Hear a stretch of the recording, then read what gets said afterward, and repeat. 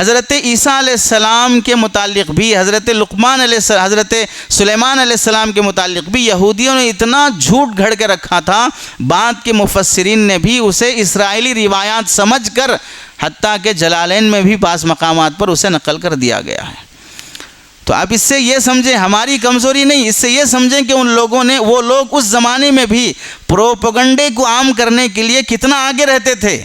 یہ سمجھانا ہے۔ اس زمانے میں میڈیا نہیں تھا، موبائل نہیں تھا، انٹرنیٹ نہیں تھا، لیکن کسی شخصیت کو مجروح کرنا ہے، اس پر الزامات لگانا ہے، تو یہودی اس زمانے کے آلات کا استعمال کرتے ہوئے بھی اتنا اس شخصیت کو بدنام کر دیتے تھے کہ بغیر کسی انٹرنیٹ اور میڈیا کے بھی وہ شخص اس زمانے کے لوگوں میں اتنا بدنام ہو جاتا تھا کہ بعد کے زمانے کے لوگ اس بدنامی کو صحیح سمجھتے تھے، تبھی جا کر وہ روایات میں نقل ہوتا ہے۔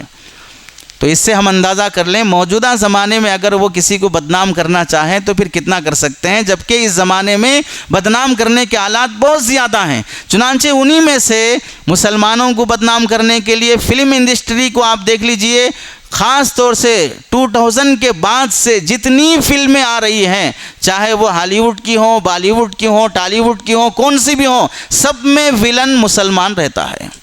سب میں چور اور ڈکیت مسلمان رہتا ہے، سب میں دہشت گرد مسلمان رہتا ہے۔ آپ چاہے کشمیر فائلز لے لیجئے یا چاہے تو کیرلا اسٹوری لے لیجئے، کوئی اور فلم اٹھا لیجئے، سب میں یہ تو وہ ہیں جو اسے دنیا بھی سمجھتی ہے کہ یہ دہشت گردی پر بنائے گئے ایک طرفہ الزامات پر بنائی گئی ہیں، لیکن یہودیوں کی وہ چال جو 2000 سے شروع ہوئی اور خاص طور سے 9/11 کے بعد سے جو شروع ہوئی ہے کہ مدارس کو بدنام کیا جائے، علماء کو بدنام کیا جائے، اسلام کو بدنام کیا جائے، اسلام پر اعتراضات کیا جائے، اس زمانے میں ان کے لیے بہت آسان ہے، اور ہم جسے ذرائع ابلاغ کے طور پر استعمال کرتے ہیں، ظاہر سی بات ہے ہم بولتے بھی ہیں کہ انہی کے ہاتھ میں اور انہی سے استعمال کر رہے ہیں، انہی کا استعمال کر رہے ہیں۔ تو حضرت عیسیٰ علیہ السلام پر یہودیوں نے ولد الزنا ہونے کا الزام لگایا۔ اس کے پس منظر میں یہ سمجھانا مقصود ہے کہ یہودیوں کو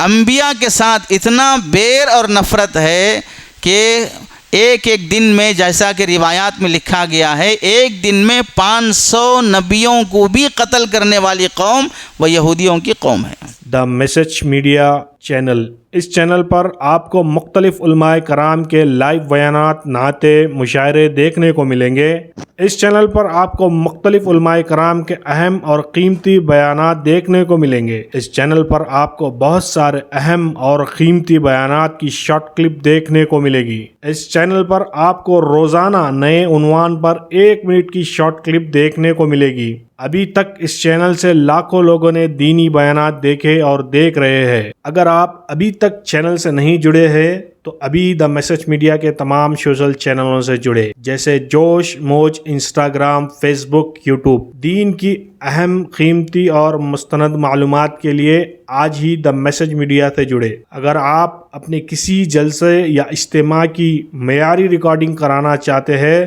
تو آج ہی ہم سے رابطہ کریں 8309475649۔